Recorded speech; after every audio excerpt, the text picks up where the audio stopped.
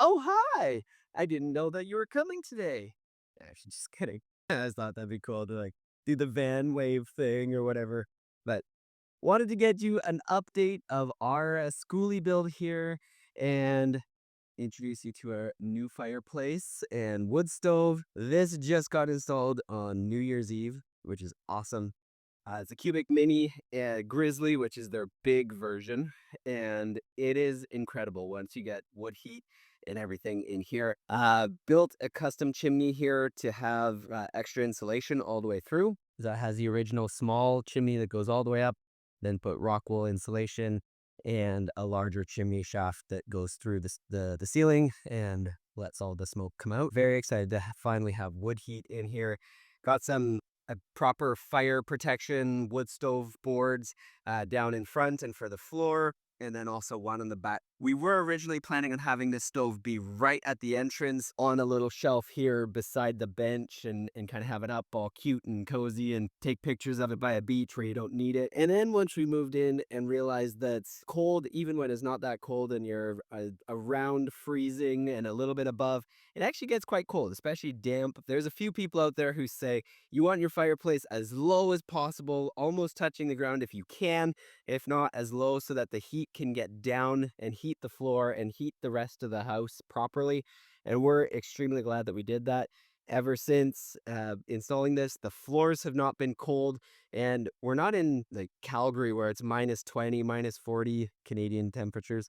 Uh, we're around freezing, maybe a little bit below freezing the occasional night, wet and raining. And so it's not even that crazy. So we're really glad that we did this. It's been a game changer ever since we installed that. So this is going to be living here, and then this is still going to be a bench. We're still going to do a big L shape. We'll be able to scooch the couch over a little bit further because the stove won't be there. We'll still put some storage and things as a bit of a wall partition between the entrance, and then come around, and then eventually we'll build a table that can come in and out here as well. Now, that's not going to be a super urgent thing anymore because we've been eating around the island counter and we've been loving that because here we've installed the whole kitchen.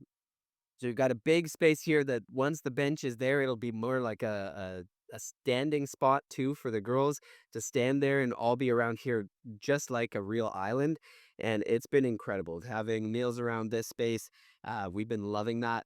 And also realizing that this is our home. So we originally thought we need to have everything completed and every last little detail done before we can hit the road. But because it's our house and we're taking it with us, just like anybody else finishing their home as they go, they move in and then the little bits of trim. And obviously, everybody says there's always that last piece of trim. However, we can start the adventures and continue to finish our home as we go. It just needs to be roadworthy and road safe and converted and all that. But it's going to be awesome where we can get the kitchen completed, the seats and seat belts and everything like that will be installed and safe and converted to an RV so that we can hit the road.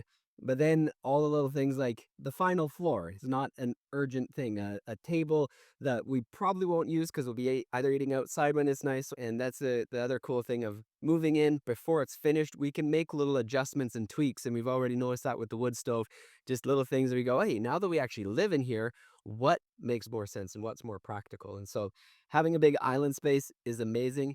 So this is the kitchen in here, fully operational now. We've got underneath the island our washer dryer combo, and then we got electric, residential, kit. What is this called? Not a wood stove, a stove. Um, Making sourdough and everything else fun inside of there. Made a full Christmas meal with ribs and gravy and cranberry sauce and everything, all from here, which was amazing. And then a nice countertop with an undermount sink. We've always wanted to have that in the faucets that we want. And so it's just been fun to design and build it exactly how we want our kitchen to be, complete with a dishwasher, and both sides of that being a practical element of time saving. So the neither the girls or us are doing dishes as much. And on top of that, it saves water. It uses less water than I do washing dishes by hand. And so it's a great win-win for that. Yes, it uses a little bit of electricity. We should be fine with that. So that's the one trade-off, but it's totally worth it. And then we're going to have a massive pantry in here with a drawer that slides out. And then the whole unit will slide over so that you can access the back corner. Just started figuring that out and doing all the calculations. Going to get some drawer slides here ordered up or picked up to start building that. Have a little drawer on top that can come past a stove door to have maybe a little utensil or smaller things there. A spice rack or something like that. We don't do that actually. So it's going to be more than enough because more than half of this has been used for storing some of our extra paint and paper towel and toilet paper back there. And we're only using maybe a third of the space for our actual pantry right now. So it's going to be more than enough. Right now we have some storage bins with half of our life in there. The girls have been using them as benches to stand up at the island, which is again a great thing, seeing how well that works when they have the access at their height to stand here and play, to eat, to read, to color, do homeschooling, all of it. Islands are amazing. We've always liked them, but it really is awesome. And then on this side, again, a nice deep corner. I went right all the way back, deeper than normal residential, just because I wanted to take every aspect of space and use that. Now we've got our storage bin for charging our lights, which we went with remote lights, the battery operated. They can be operated with a remote, and then they can be charged so you can take them down. It's less wiring, simpler that way. You can then configure where you want them after the fact. So it's a really simple system. I love it. I'm all about battery operated everything, and more lights the better. And then we've got our residential fridge here as well hooked up, and it's been amazing to have our own kitchen and be in our own space. And then we go down the hallway into the rest of our living quarters. So this here is the first bathroom, and we've got our little wall-mounted sinks here. We're trying to find something that was small enough that wouldn't take up a huge amount of space, but also still usable. And then this is the shower. It's got waterproof lining upon waterproof lining upon waterproof lining. We did the first test. It did leak through the drain. Put some more waterproofing sealant around there, and it is watertight now, which is awesome. So being moved in here, being in a rainforest, the best part is you don't really need to take showers. You just run outside with no clothes on and you're good. Just kidding. We actually live just down the driveway from my parents. We're on their property. So for showers, we're just running down to their place temporarily. My dad is actually helping with the liner of this. It's going to be cedar boards, similar to what you'll see in our bedroom, putting an exterior waterproofing material on that. And so he's currently coating all of those. And then that's going to, when I dry fit it, it looked really, really nice. So we're very excited to have our own shower back. And then a composting toilet that I built myself here, just basically a bucket with a funnel for a urine diverter, goes down, taps into the gray tank. Again, we went with composting because we figure it will be easier to find places to dump a bag of garbage versus a black tank. And you're not stuck. If your black tank gets full, you have to dump it immediately. Whereas here, we just take out a garbage bag and we can start going again. So it's been quite simple, quite clean actually to clean up. I haven't been finding it that disgusting or messy. And then sawdust, cabinet makers and woodworking shops, they have tons of sawdust. So you can ask them, and most of them are paying to get rid of it anyway.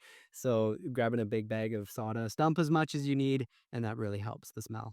And then, I'm not sure if you can see it there, we are going to put the original bus mirror hanging on the wall. So then you can see, I'll just bring it up here. It's not secured yet, but just the mirror that they hang over the bus to make sure that children are behaving themselves is what we're going to hang up on the wall there, and just having a few little touches that it was once upon a time a school bus.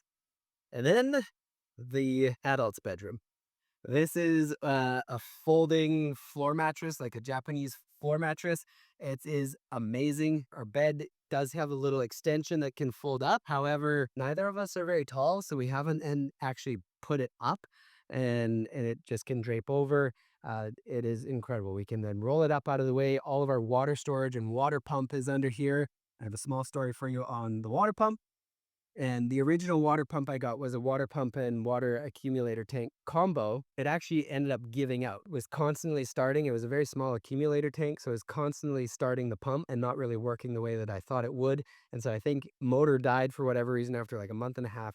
So I was in there getting the new water pump and a larger accumulator tank, cutting all the PEX pipes, and took a big chunk out of my finger while trying to get that. That slowed down production a little bit because as I went to the hospital and everybody goes, "How many stitches?" And I'm not really sure because they couldn't really stitch it back because it was actually a big chunk of this finger taken out, not just a flap that they could sew back on. So it's apparently going to be weeks, possibly over a month to heal, they say.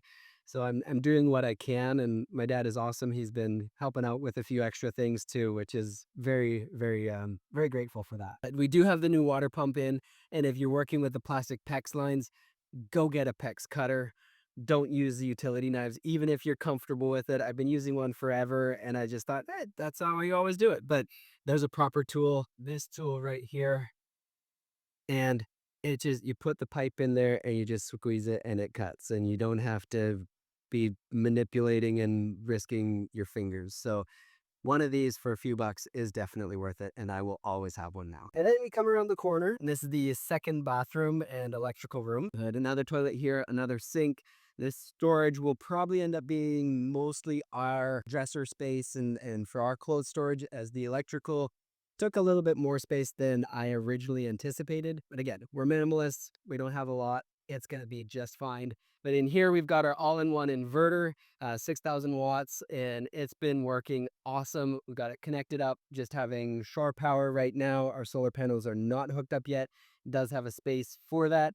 All of this is open and exposed. There are covers that will go over it to make sure it's all tucked away and safe. Just as I'm getting everything figured out, I've been leaving it exposed to see what needs to be adjusted, because it has two lines coming out. So sometimes you have all of your electrical appliances coming off of one line of the inverter, and you have twice as much power available. But if it's not distributed properly, you're overpowering the inverter when you have access to more. So just still figuring that out. We've got 200 amp hour, 48 volt lithium batteries in there. I was able to make our entire Christmas dinner off of just battery power. So that's been good. We're excited to see how the whole system works with the solar panels installed, and how that whole flow is gonna work. But should be more than enough from what I've been reading of everybody else.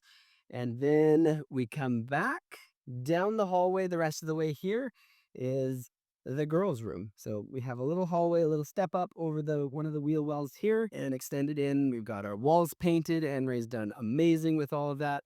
We've got the girls' bunk room, bedroom in here. We've got 1, 2, 3 bunks and a fourth down below. It is a Murphy bed style, where we can tuck her mattress out of the way and have more bench space so that they can fully play here. We've got some baskets for their toy storage, and their closets are all tucked in back there. Again, when you are minimalist and also when you use every little nook and cranny, it's amazing how much can fit in these different spaces. And so we've got a steel frame underneath holding all the the beds up, and then a nice bar here that the girls think is their jungle gym. We have yet to build a few extra grips for the girls to climb up in their bunks. They've been doing amazing. And the youngest sister, who's almost 3, is pretending to climb up and stretching her legs up all over. So we've got to be careful on how much access we give, because she'll be up there in no time as well. This is the bench here that goes over the engine cover, and it provides an incredible space for us to read stories, for tuck-ins, for the girls to read. They're here, they're coloring here, they're on the floor coloring here. It's an incredible spot. Sometimes they're tucked back here reading a book with a light, or climbing in their bunks to read and hang out.